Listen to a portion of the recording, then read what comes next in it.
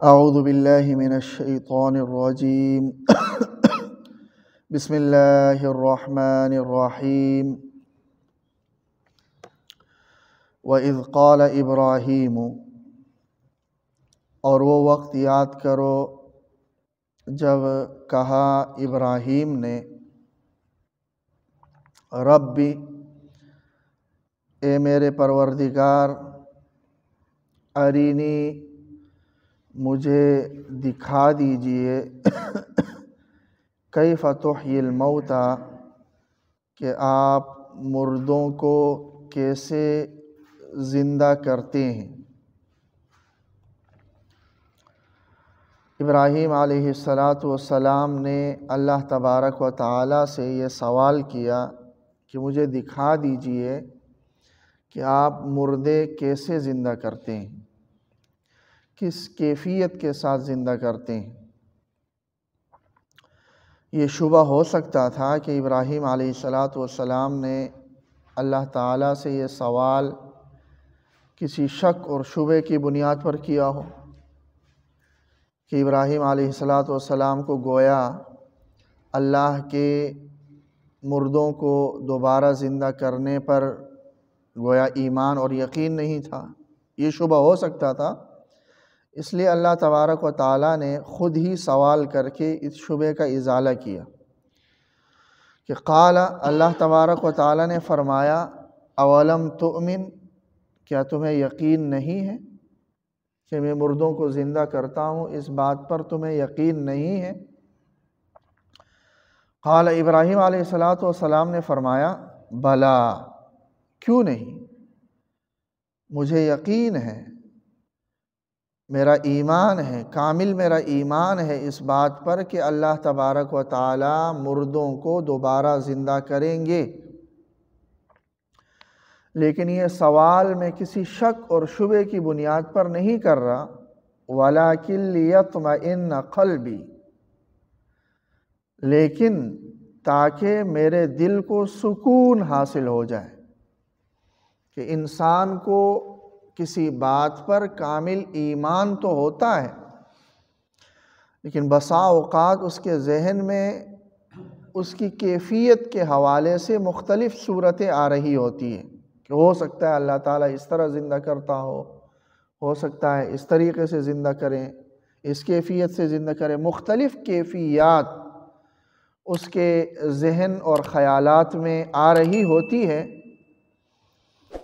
تو ابراہیم علیہ السلام کے اس سوال کا بھی مقصد یہی تھا کہ ایمان تو ظاہر ہے، وہ نبی تھے، کامل درجے کا ایمان تھا ان کا، کہ موت یا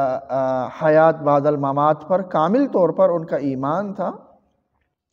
لیکن ایک جو انسان کو اپنے آنکھوں دیکھی چیز کے بعد جو یقین حاصل ہوتا ہے، اس کا درجہ ایک الگ درجہ ہوتا ہے، جس کو عین الیقین کہتے ہیں، جیسا کہ حضرت عزیر علیہ السلام کا کل کے واقعے میں گزرا۔ تو اللہ تبارک و تعالیٰ کا اصول یہی ہے کہ اللہ نے دلائل تو دے دیے ہیں کہ ہاں ایک دن جانا ہے قبر میں، اور قبر کے بعد کی ایک زندگی ہوگی، اور وہاں حساب کتاب ہوگا، اور اللہ تبارک و تعالیٰ کے سامنے حاضری ہے، اور پھر جنت ہے اور جہنم ہے، یہ تصور ہے۔ اس کے دلائل تو اللہ تبارک و تعالیٰ دے دیتے ہیں، لیکن بالکل آنکھوں کے سامنے ہوتا ہوا نہیں دکھاتے۔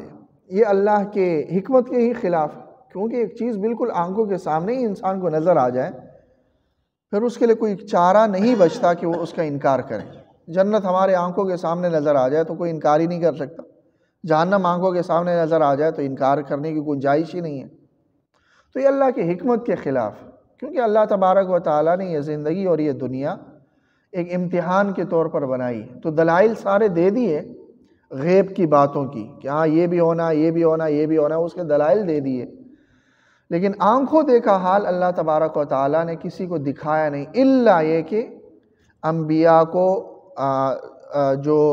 اللہ تبارک و تعالیٰ پر ایمان لا چکے ہوتے ہیں، اور دنیا میں اللہ نے ان کے ایمان کو پرکھا ہوتا ہے، پرکھ لیا ہوتا ہے، مختلف قسم کی آزمائشوں میں، امتحانات میں مبتلا کر کے ان کا گویا کہ ایمان پرکھا جا چکا ہوتا ہے کہ یہ کامل طور پر ان کا ایمان پختہ ہے اور کامل ہے۔ تو اس لیے ان کو مزید ان کے ایمان کو بڑھانے کے لیے، ان کے یقین کو بڑھانے کے لیے اللہ تبارک و تعالیٰ انہیں آنکھوں دیکھے احوال بھی دکھا دیتے ہیں، جیسے ابراہیم علیہ السلام کو یہ دکھا دیا، عزیر علیہ السلام کو دکھا دیا، نبی اکرم صلی اللہ علیہ وسلم کو دکھا دیا۔ معراج کی رات میں اللہ تعالیٰ نے سارے ملأ اعلیٰ کی سیر کرا دی آپ صلی اللہ علیہ وسلم کو، اور سب کچھ دکھا دیا۔ یہ مزید ان کے پختہ کرنے کے لیے اور مزید انہیں لوگوں کے سامنے مزید یہ بتانے کے لیے کہ ہم اپنے آنکھوں حال دیکھ چکے ہیں ان چیزوں کا، اور تم بھی ان پر ایمان لے آؤ۔ تو بہرحال ابراہیم علیہ السلام نے کسی بھی شک اور شبے کی بنیاد پر یہ نہیں کہا تھا کہ مجھے آپ دکھا دیجئے کہ آپ مردوں کو کیسے زندہ کرتے ہیں، بلکہ صرف اطمینان قلب کے لیے اور سکون کے لیے۔ ایمان اور اطمینان، ایمان انسان کو اپنے اختیاری طور پر دلائل کو دیکھ کر غیب کی چیزوں کو ماننا کہ اللہ ہے، اس کو ماننا، اور قرآن یہ اللہ کی طرف سے نازل کردہ ہے، اس کو ماننا، یہ دلائل کی بنیاد پر غیب کی باتوں کو ماننا اختیاری طور پر یہ ایمان ہے۔ اور پھر اس سے اوپر کا درجہ ہے وہ اطمینان کا ہے۔ وہ انسان جب اپنی آنکھوں سے دیکھتا ہے تو ضروری نہیں ہے کہ انسان کا ایمان کامل ہو تو اسے اس غیب کی چیزوں پر اطمینان بھی حاصل ہو۔ کچھ سوالات انسان کے ذہن میں آتے رہتے ہیں، وہ اطمینان کے درجے کے ہیں، اس سے ایمان پر کوئی فرق نہیں پڑتا ہے۔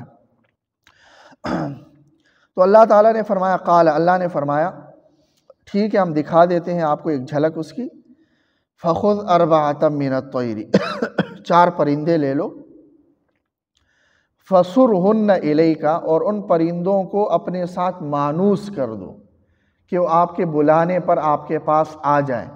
تاکہ یہ شک اور شبہ نہ رہے کہ ہو سکتا ہے کوئی اور پرندے آ گئے ہوں۔ آپ کے بلانے پر آپ کے پاس آ جائیں، اس طرح ان کو اپنے ساتھ مانوس کر لو، پھر ان کو ذبح کر لو اور ان کے ٹکڑے ٹکڑے بالکل قیمہ بنا دو، ان کے ذرے ذرہ بنا دو، اور وہ ذرات اپنے انتخاب کے پہاڑیوں پہ رکھ دو، دور دور رکھ دو، اور پھر ان کو اپنے پاس بلا لو۔ تو وہ سارے ذرات مل کر وہ ایک جسم بن جائیں گے، ان میں گوشت پوست بن جائے گا، اس میں خون آ جائے گا، اس میں روح آ جائے گی، اور سارا کچھ بن کے وہ آپ کے پاس یہ پرندے آ جائیں گے۔ تو یہ جو اشکال ہوتا ہے، یا جو نہیں ماننے والے ہوتے ہیں، وہ جو اشکال کرتے ہیں کہ انسان جب مر جاتا ہے اور اس کے ذرات بن جاتے ہیں اور وہ مٹی بن جاتا ہے، تو یہ مٹی یا تو ہوا میں اڑ جاتی ہے، یا پانی میں بہہ جاتی ہے، یا فصل کی صورت میں اگاتی ہے، تو اس کو اکٹھا کر کے دوبارہ ایک زندگی دینا یہ کیسے ممکن ہو سکتا ہے؟ تو اللہ تبارک و تعالیٰ نے یہاں ابراہیم علیہ السلام کو دکھا دیا کہ یہ اس طرح ممکن ہے۔ اور ویسے اگر غور کر لیا جائے کہ انسان کا جو اپنا وجود ہے، ماں باپ کے ذریعے سے انسان اس دنیا کے اندر آتا ہے، تو ماں باپ کے جو جسم ہے، اس جسم کو جو ملنے والا خون ہے، اس کو جو ملنے والی طاقت ہے، وہ طاقت اس خوراک، جس خوراک کے ذریعے سے حاصل ہو جاتی ہے، اس خوراک کے ذرات پتہ نہیں کہاں کہاں سے آ جاتے ہیں، وہ پینے کے چیزیں پتہ نہیں کہاں کہاں سے آ جاتی ہیں، وہ ذرات کہاں کہاں کس کس زمین سے اور کس کس مٹی سے وہ غذا بن کر ان والدین کے پاس آ گئی، اور والدین سے پھر یہ ذریعہ بنے اس بچے کے اس دنیا میں آنے کے، اور پھر اس دنیا میں یہ بچہ جب آیا ہے تو اس کی جو غذا بنی ہے کہاں کہاں سے اکٹھے ہو کر۔ تو یہ خود ایک انسان جب دیکھ لیں کہ میرے جسم کے جو اعضاء ہیں، یہ اعضاء چاہے دوا کی صورت میں ہو یا غذا کی صورت میں ہو، یہ دنیا کے کس کس کونے سے ذرات مل کر آ گئی ہے۔ تو اسی طرح اللہ تعالیٰ دوبارہ انہی ذرات کو اگر اکٹھا کر کے ان کو زندگی دے تو یہ اللہ کے لیے کیا مشکل ہے۔ تو خیر اللہ تعالیٰ نے فرمایا فَخُذْ أَرْبَعَةً مِّنَ الطَّيْرِ، 4 پرندوں کو لو، فَصُرْهُنَّ إِلَيْكَ، اور ان پرندوں کو اپنے ساتھ مانوس کر لو، ثم اجعل علی کل جبل منہن جزءا، ثم اجعل پھر رکھ دو، علی کل جبل ہر پہاڑ پر، منہن ان پرندوں میں سے، جزءا ایک ایک ٹکڑے کو۔ ابراہیم علیہ السلام نے یہی کیا کہ ان پرندوں کو ذبح کیا، ان کے ٹکڑے کر دیے، اور 4 مختلف پہاڑوں پر ان کے ٹکڑے رکھ دیے، الگ الگ رکھ دیے، سر الگ پہاڑ پہ رکھ دیے اور پیر الگ پہاڑ پہ رکھ دیے، بالکل ٹکڑے ٹکڑے کر کے۔ تو ثم جعل علی کل جبل منہن جزءا، پھر ان پرندوں میں سے ہر ایک ایک جز کو ہر پہاڑ پر رکھ دو، ثم ادعوہن، پھر ان کو پکارو بلاؤ، یأتینک سعیا، وہ دوڑتے ہوئے تمہارے پاس آئیں گے۔ اڑتے ہوئے بھی نہیں کہا، اڑتے ہوئے آنے میں بھی شبہ ہو سکتا ہے کوئی اور پرندہ اڑ کر آیا ہو، دوڑتے ہوئے آئیں گے آپ کے پاس، اور آپ دیکھیں گے کہ یہاں کس طرح وہ اجزاء ایک پہاڑ سے دوسرے پہاڑ میں اپنے اپنے حصے پر جا کر وہاں جسم بن گئے اور روح اس کے اندر آ گئی، اور کیسے وہ آپ کے پاس دوڑتے ہوئے آئیں گے۔ تو اس طرح اللہ تبارک و تعالیٰ نے ابراہیم علیہ السلام کی اطمینان قلبی کے لیے، سکون قلبی کے لیے، اللہ نے انہیں دکھا دیا کہ اس طرح اللہ تعالیٰ زندہ کریں گے مردوں کو۔ وَعْلَمْ، اور جان لو، ان اللہ عزیز حکیم، کہ بے شک اللہ تبارک و تعالیٰ غالب ہیں، وہ سب کچھ کر سکتے ہیں،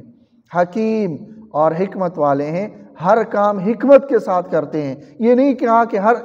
کیا اللہ نے کہ ہر انسان کو سارا کچھ دکھا دیا، کیسا زندہ ہوگا، کیا سوال جواب ہوگا، قبر میں کیا ہوگا، یہ دنیا میں سارا کچھ نہیں دکھایا کہ جنت جان۔ حکمت والے ہیں، ہر کام اللہ تعالیٰ حکمت کے ساتھ کرتے ہیں۔